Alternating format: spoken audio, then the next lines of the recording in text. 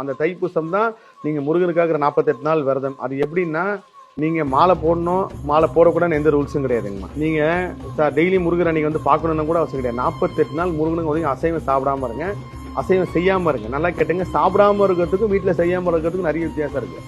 குழந்தைக்கு கொடுக்கணும், இல்லை குழந்தை சாப்பிடணும்னு ஆசைப்படுச்சுன்னா கொடுங்க, தப்பே கிடையாது. ஆனால் வெளியிலேருந்து வாங்கிட்டு வந்து கொடுங்க, இல்லை வேற யாரும் செய்ய சொல்லி கூட கொடுங்க. இது நம்ம மட்டும் தான் பண்ணுறோன்னா கிடையாது, எல்லா மதத்துலையும் இந்த 48 நாள் வழிபாடு இருக்குது. அப்போ இந்த முருகருக்காக இந்த 48 நாள் நீங்கள் எப்படி ஒன்றாலும் கொண்டாடக்கூடிய தெய்வம் தான் முருகர். அப்படி இருக்கும்போது இந்த பெண்கள் விஷயத்து இந்த 48 நாளில் இந்த 3 நாள் அதெல்லாம் எந்த கணக்கும் பண்ணாதீங்க. முருகனை நீங்கள் எங்கே இருந்தாலும் கும்பிட்டாலும் முருகர் வருவார். 48 நாள் உங்களுக்கு எப்படி ஒன்றாலும் இருங்க, ஆனால் அசைவம் சாப்பிடாம அசைவம் செய்யாமல் இருங்க. கரெக்டாக நீங்கள் டிசம்பர் 25 இந்த வருஷம் நான் சொல்கிறேன், 2024 டிசம்பர் 25 தொடங்கி பிப்ரவரி 11 தைப்பூசம் வருது. பிப்ரவரி 11 தைப்பூசம் முடிஞ்சு அடுத்த நாளே போய் நான்வெஜ் சாப்பிடாதீங்க. ஒரு 2-3 நாளாவது கொஞ்சம் கேப் விட்டீங்கன்னா அந்த அந்த வரக்கூடிய ஒரு அமிர்தத்தை நீங்கள் ருசிக்கிறதுக்கு கரெக்டாக இருக்கும். மாலை போட்டுக்கணும், போடக்கூடாது.